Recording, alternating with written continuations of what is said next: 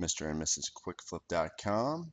This is Matt from Mr. and Mrs. Quickflip, and today I just wanted to do a quick recap of the Fast Cash Real Estate Crash Course that we put out a few months ago.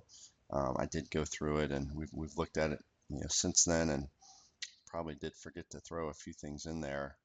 So I'm going to try to throw in some of those things real quick. But that said, I'm assuming you've already gone through the course, just because I'm going to be flying through basically the whole presentation.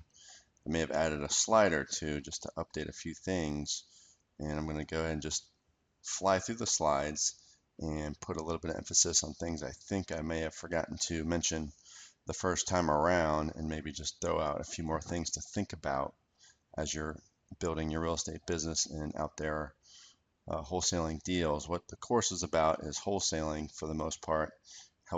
And wholesaling a deal is where you flip a contract, and I'll touch on that here in a second. I put this together in January or February or so of this year. So today is July 2nd, and I'll probably be posting this tomorrow on July 3rd. So I'll be kind of relating to what's going on with us currently. So 4 or 5 months later after I initially put this slide deck together. So let's go ahead and jump into it. Again, it's the Fast Cash Real Estate Crash Course, and it's a system to generate fast cash, flipping properties where you really don't need any real estate experience because we didn't have any. You don't need any money because we didn't spend any of our own money, hardly, except a little bit on marketing. And you don't need to use any of your own credit. So it doesn't matter if you have good credit or bad credit, you don't really need it with this system. So let's jump into it. And of course, if you haven't gone through this course, I would say stop right here, go through the course, and then come back to this recap module. All right, and I appreciate that.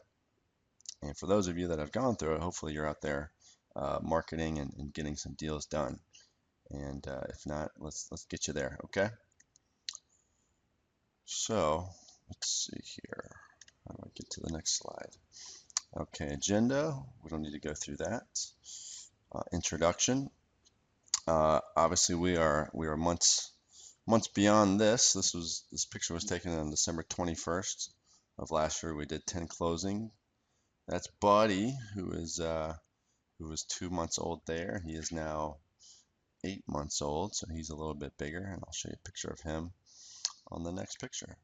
And there's Buddy now, much bigger and much more of a pain in my butt.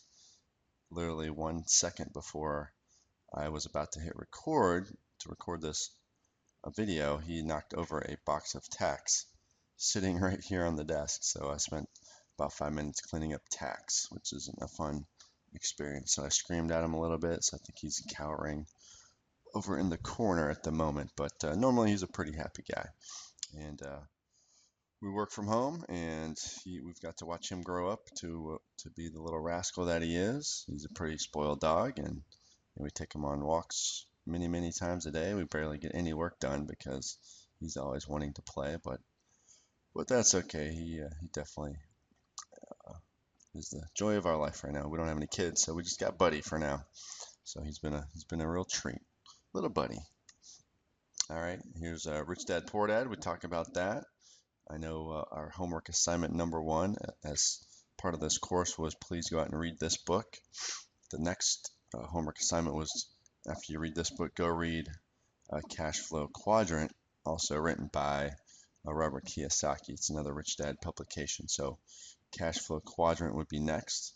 And then after that, there's a whole handful of books. I think we're going to go ahead and publish a reading list, or a suggested reading list. We don't want to overwhelm you, but go out and read any sales and marketing books. I'd say the next best book might be go read the 4-Hour Work Week, because it talks about building a business around outsourcing, but really kind of taking control of your life. So that's a lot of stuff we're still trying to work on as well. At least we're self-employed at this point, but there's still a lot of things we can improve on. Trying to think of some other good books to read. Gary Keller's A Millionaire Real Estate Investor. It's a pretty cool book. I would go read that. And there's a ton, but I'm going to probably just go ahead and publish another link on our site on suggested reading. So But if you haven't read this one, go do it. All right, this is still our backyard. Um, we have a little bit more time to enjoy it now. We're still working pretty much 9 to 5 in the real estate business, or at least we're working from home, so we can at least look out the window and see this for the most part. And every once in a while, take a break and go out there and watch dolphins play, which is cool. All right, and this is one of the original slides I threw up. This pretty much only brought us up to December, where we did 12 deals in December, and at that point we had done 15 deals to that point, which was pretty good for us because we had just started a few months before that. Courtney had become a realtor with Keller Williams, and we felt that we've gotten a pretty good real estate education just by getting out there and doing deals. We had done 15 deals, so started to feel a little bit more comfortable with the whole process, marketing, talking to sellers, talking to buyers, advertising your business on the internet, and just kind of learning the ropes of real estate, meeting new people. We've met a ton of people since then. We've gotten very well connected into the real estate community, and I've met some big time guys, and basically even big time guys across the country. So we're pretty excited to have gotten into this full time and gone in it, full bore ahead. And we've been introduced to some big time guys. We've been invited to some big time mastermind groups with some of the some big time guru type guys that you probably have heard of. So that's been really cool. All right, so here's where we are this year.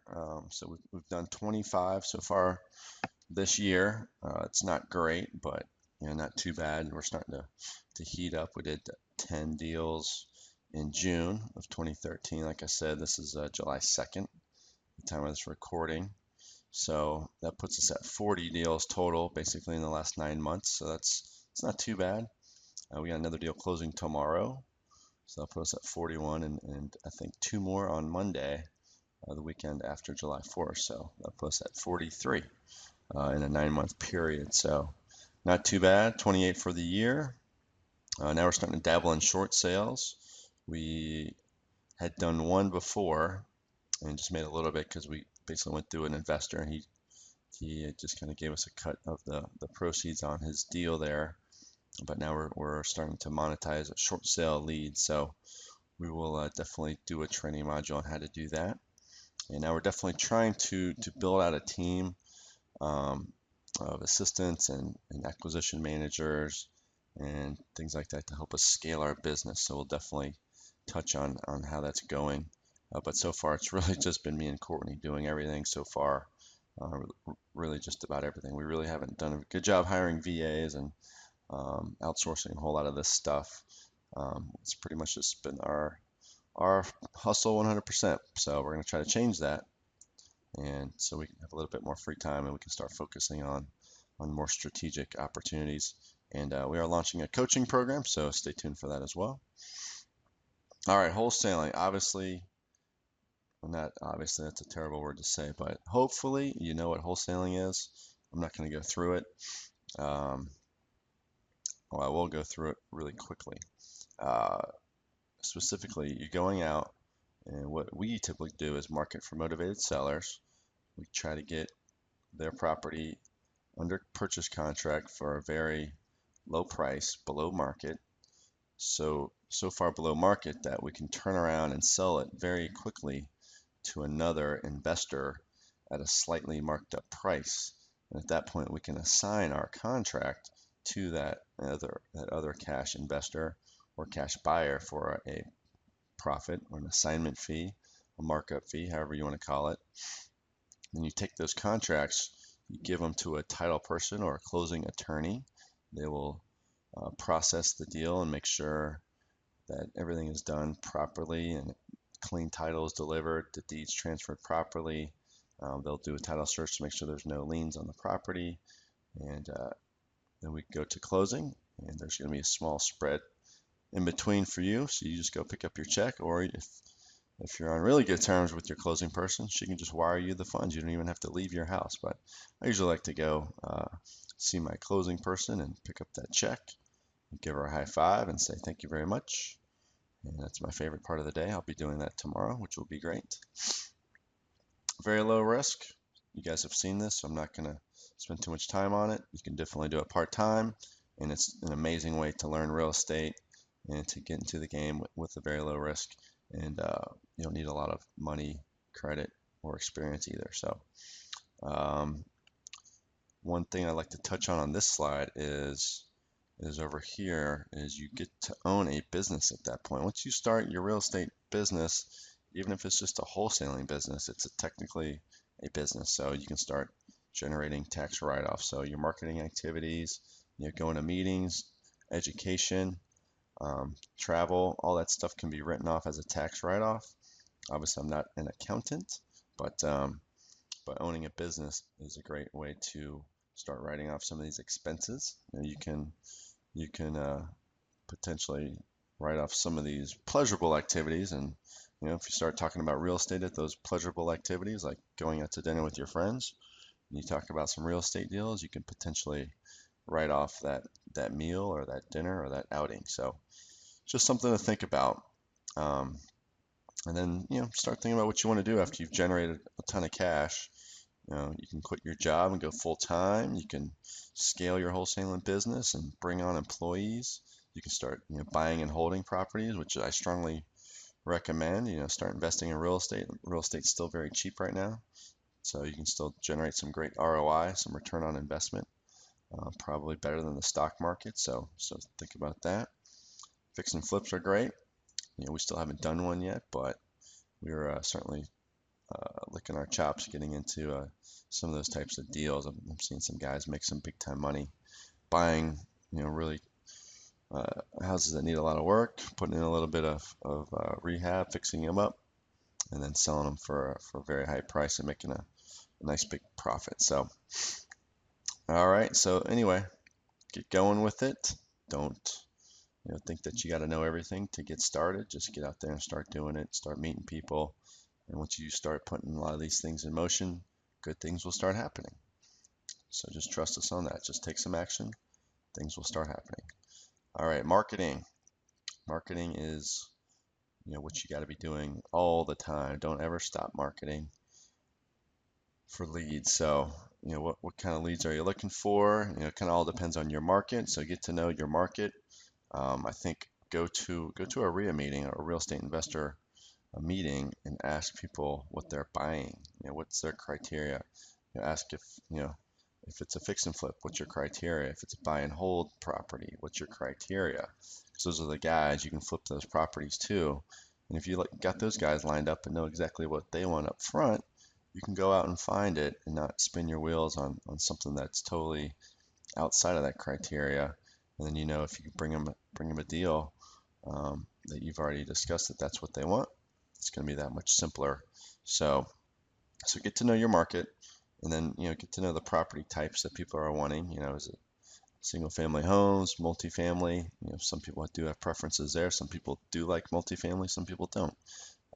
Most of the cash investors I meet and mingle with don't like mobile homes. They don't like condos, but that's still it's still up to some people's preferences. Usually with condos, it's because of the homeowners association. You don't have enough control over that property.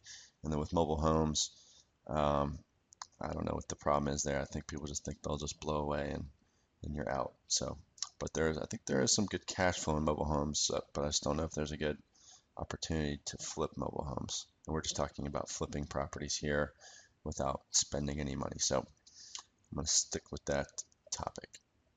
And then, the favorite thing to target as a property type is motivated sellers with equity. I mean, it could be any kind of property, really. If it's a motivated seller and there's equity, and they will settle for much lower than market value on a sale price, just because they got to get out of that property, then that's probably going to be a good deal, and you could probably find a buyer for it. So, if someone's motivated enough, you can make it a good deal.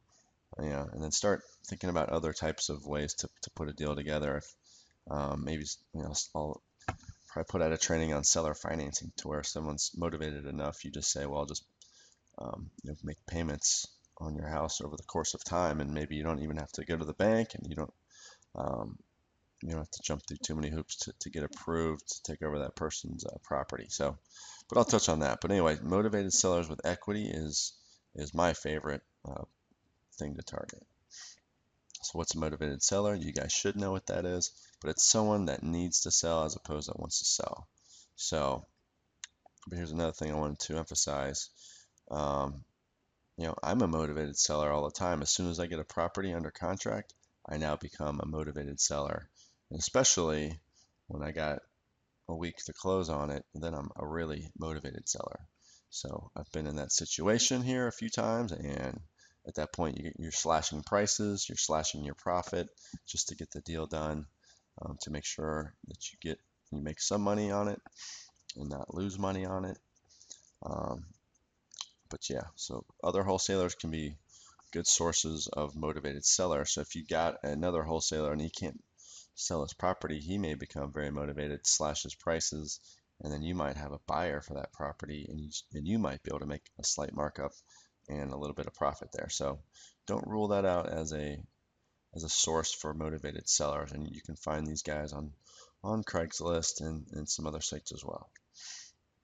All right, marketing, just go through the course, and I'm not gonna stray too much from this presentation here. Obviously, the yellow letter is still my favorite piece of marketing, and our favorite source of leads is driving for dollars, where we go out and drive around and find and locate vacant houses. Then we get the owner's information off the tax records, and we send them a yellow letter. And that's still to this day our #1 lead source. So it's very inexpensive. We still haven't bought any lists yet.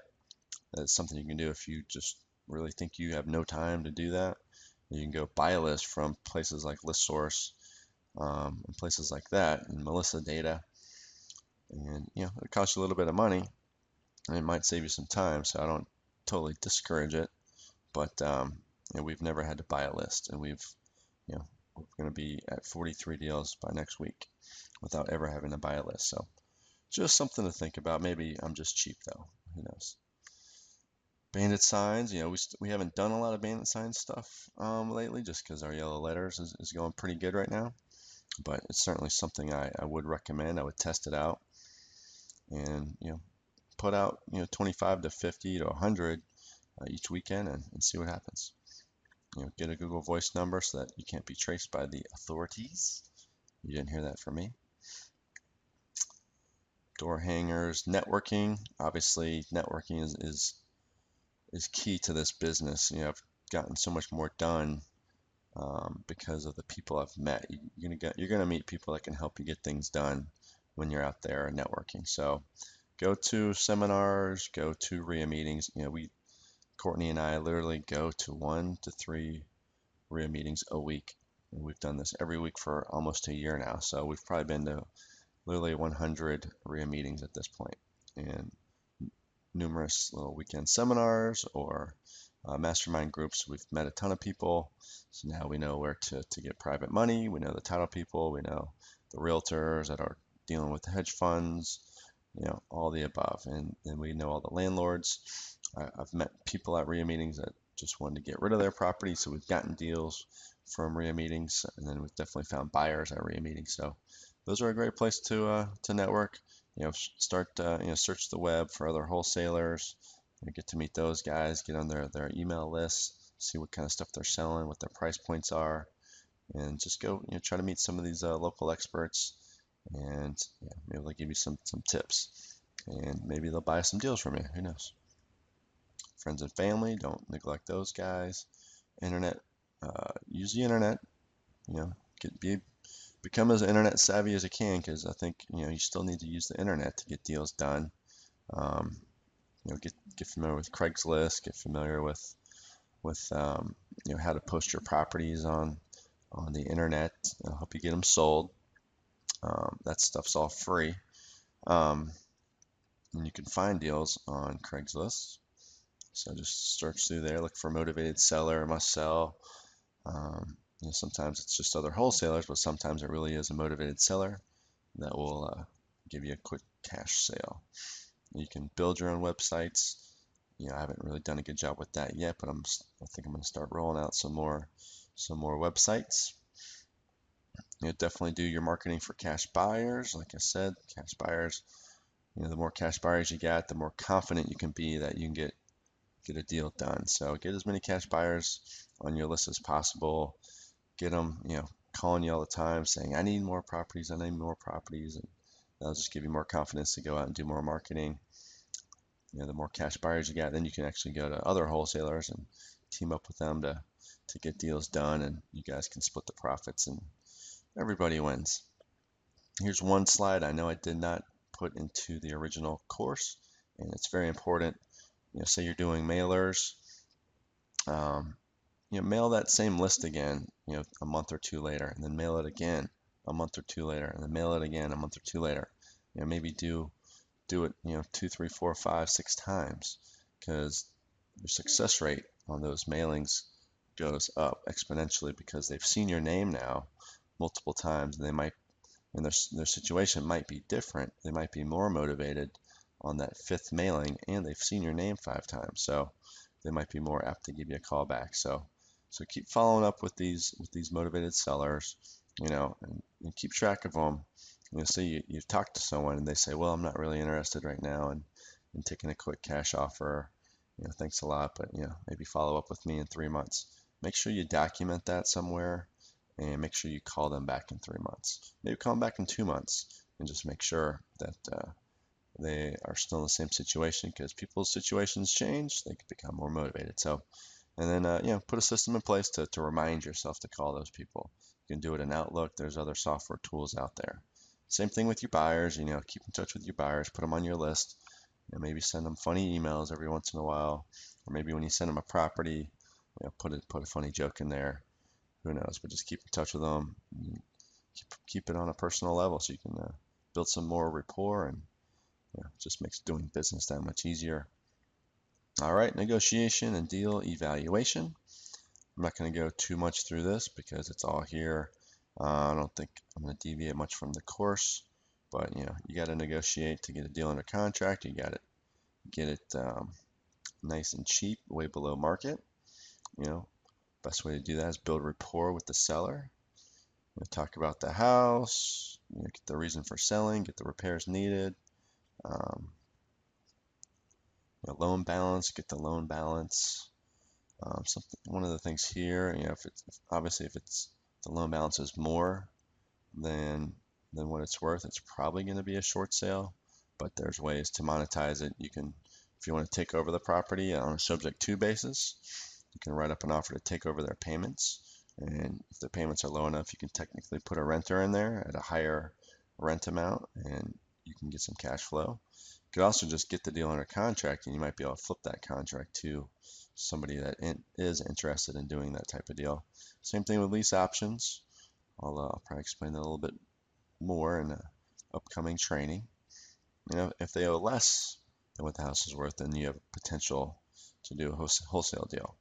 And if they do owe something on it, just always ask them, will you take what you owe? Sometimes they say, I need to walk away with a little bit of money, but sometimes they're just so motivated, they'll say yes. Sometimes they'll pay you a little bit of money to take that property if it's going to cover the spread and make it a worthwhile deal. So you never know.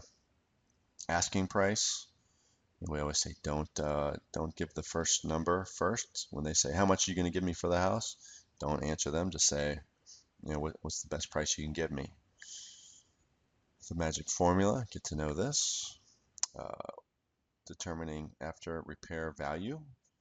Get to know your online tools like Zillow and your county's tax assessor website. I hope you've gone out and done that. I've provided a training on how to get familiar with those tools to get a good feel on after repair value. Get to know your realtors in your area so that maybe they'll run comps for you, comparable sales. Get to know your repair estimations. Start hanging out at Home Depot. I'm still a work in progress for myself. I go into properties, and they might look pretty good to me and everything looks great, but I'm certainly nothing close to a contractor or a repair guy or a rehab guy. I might be like, yeah, that I'm sure it would only cost 10 grand to get that fixed, and you talk to an expert and they're like, no way, it's like 20K. So sometimes I'm a little bit off. Just get in the ballpark. At least just get to know what needs to be fixed in the house, and then maybe just ask a repair guy, what would that cost to get fixed. Just get to know repair estimations a little bit. Here comes the purchase contract. Obviously, you got to write up a contract. I don't think I talked about out clauses in the first training. So make sure you put on there a couple of out clauses. One is subject to partner's approval. You can back out of the deal. Just say my partner did not approve of the deal. You can put subject to satisfactory inspection. So you could say, maybe you do another walkthrough of the house, or you just say, my partner inspected it and it wasn't up to par to what we thought it was. So always put subject to satisfactory inspection. You can put subject to clear and marketable title. So if there's any funky liens or mortgages on there, you can back out of the deal pretty easily. But make sure you put a couple out clauses on there so that you can back out of the deal if once you realize it's not going to sell quickly the way you had hoped. So, also choose a good title company. They're gonna save your butt many times if you have a good title person or closing attorney. So make sure you research out there in your investor community, find out who the best title people or closing people are in your area for investors. All right, selling the property. Once you get under contract, you have a real obligation now to go out and get that thing sold, with all of your, marketing efforts. So do your best effort. Don't wait around. Don't wait a couple days to start marketing it. Start marketing that sucker right away. You don't want this thing to go to the last day and not have a buyer lined up. So try to get it sold within a couple days. That's going to make your life easier, less stressful. It's going to make the seller happy. So do everything you can to just put your best foot forward, put the best price out there right away. Don't be too greedy. Get out there, get out to RIA meetings and pitch the property, put it on Craigslist, put out some bandit signs around the neighborhood that you have a property for sale. Obviously, email all your buyers. But the emphasis here is just get out and get it sold ASAP. Usually, if it's not sold within a week or two, it's probably a crappy deal and you might need to go back and renegotiate or walk away from the deal. So that's my 2 cents on this slide. All right, get that sucker sold. Do it. All right, we'll flip through some of these. You guys can go through the course for that. Reemphasizing. Here's the escrow part of the deal. Find a good title person. Submit your purchase contracts to your title person. Then mine handles it from there. They call the buyer the seller. They tell them everything's going to be great. We're closing on this day, and my person does a great job. It makes my life so much easier, and she's the best. So go pick up your check. That's what we all want here, right? All right, entrepreneurial mindset. I won't dabble too much on this one, but it still is very important because I still see that as a major roadblock for people in real estate is either just getting started for one, and secondly, staying with it, staying consistent, because you could get all excited, you go to a seminar and you're all fired up and you're like, I'm going to become a real estate investor, I'm going to make so much money, and you might not do anything for a few months. You're like, maybe you read a couple books and you still are like on the fence about starting your marketing and getting out there. And then there's people that maybe they do start their marketing and maybe the first few deals don't don't happen for one reason or another. They get discouraged and they're like, well, my 9 to 5 job is paying me pretty well. I'm just going to focus on that. Maybe I'll get a raise and I'll just save up for retirement. And when I'm 70, I'll retire and I can do all the fun things I want in life then. Yeah, that sounds pretty lame. So screw that. Let's take charge of our life and get this thing going. So write down your goals. This is a pretty important part here. Write down what it's going to take to get you some deals. That's really, we want to just get you some deals. So write down what it's going to take. You got to write 100 letters a week. Write down that I'm gonna do 100 letters a week, and then just do it. Do 20 a day, Monday through Friday. That's gonna be 100. You can do 20 letters a day. If you need to drive for dollars half an hour a day, just do it. Schedule it, write it down. But just write this stuff out, you know, and then you'll start doing it and stay consistent with it. If you've signed up for the course, you've got my success activity worksheet, and that will give you kind of a score sheet on what daily success activities to focus on. And it's like a scoring system, so that's a good way to stay on track as well. So I highly recommend you use that. And here's my favorite slide here is stop caring what other people think, because once you do that, you're just going to be that much ahead of the rest of the drones out there in the world.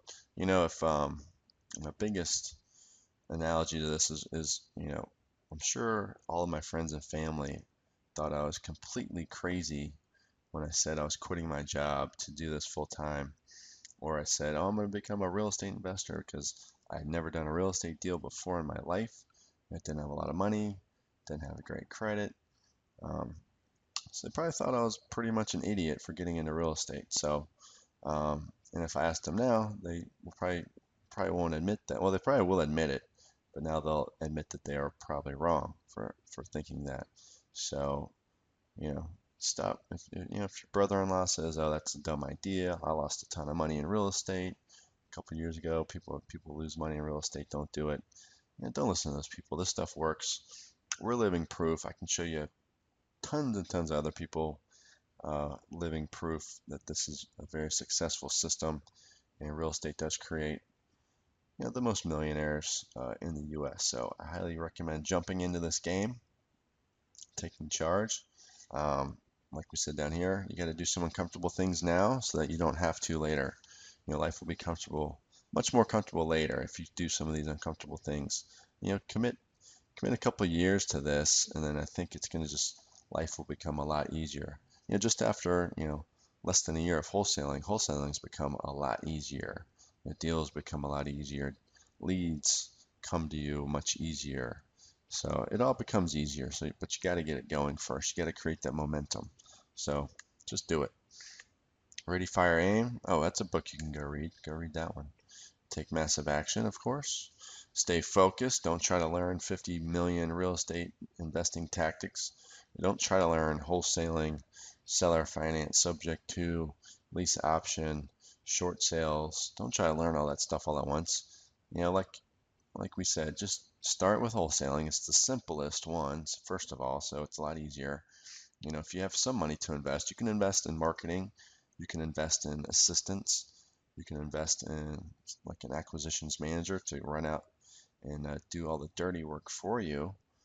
So don't think of wholesaling as like a dirty business or a dirty job. But if you don't have any money, or you got to get out there and do it. But just learn. It's a great way to learn real estate investing as well. So we suggest you start there, master that first, and that will just you'll build your network along the way, and then you can start learning the other strategies as time goes on. So if you're going to be in my coaching program, I'm going to structure it that way to where you learn wholesaling first, and then we'll start learning the next strategies next. Is it short sales? Is it fix and flip? Is it buy and hold? But get good at wholesaling, and the rest becomes so much easier because it's kind of like it's a great foundation. No excuses. Hopefully, I'm eliminating some of the excuses you might have. I don't have time. I don't have money. I don't have credit. I don't know anything about real estate. We didn't have any of that stuff either. We made it work. We're not that smart, but we still made it work. So just it's all in your head. You can carve out the time if it means enough to you to live a free life and not be tied to a desk and not be tied to a boss. And if you want to have more free time with your family, your friends, think about your ultimate goal in life. Make that your motivating factor to get you out there and out of your comfort zone for a couple of years to get this going. Hopefully you've already signed up for this. That's why you're reading this now. But if you haven't, make sure you go to our website, Mr. and Mrs. Quickflip.com. Sign up for the Fast Cash Real Estate Crash Course. It's 6 modules. It's probably about an hour and a half worth of material. You just saw pretty much all of it just now, but obviously I go through each slide in more detail. You go to the website. I put new new things on there almost weekly. It hasn't been quite weekly lately, but we've been busy with some deals, obviously. So, it's hard to juggle deals and a blog. So anyway, and keep your eye out for coaching opportunities that we're going to be putting out there. Obviously, if you guys are local to my community, I guess even anywhere, I'll help you on deals. We can partner up, and I'll help you get some deals done. So keep in touch with us for that type of opportunity, and just keep visiting our site. And I hope you're out there making it rain, because I know we are, and there's no reason why you shouldn't be as well. So that's it. Today is Tuesday, July 2nd. Tomorrow is the 3rd, which is when I'll probably be putting this out. And the day after that is 4th of July. So happy 4th of July, everyone. Please make it a safe and festive weekend and a great holiday. So go out and salute to the flag and be happy for everything we have here. We have great freedom in this country. You might think that you're poor, but just think about yourself compared to what's going on in a lot of these third world countries. You're pretty much a billionaire compared to people in Haiti and some of these other foreign countries where they have nothing. So be fortunate you live here and you get the freedom to do what you want when you want, and use that freedom to go and get into the real estate game. So, all right, guys, I've rambled enough. This probably went way too long, and I'm going to shut it off here. But again, happy 4th of July from me and Courtney and Buddy, and have a great weekend as well. All right, guys, take care.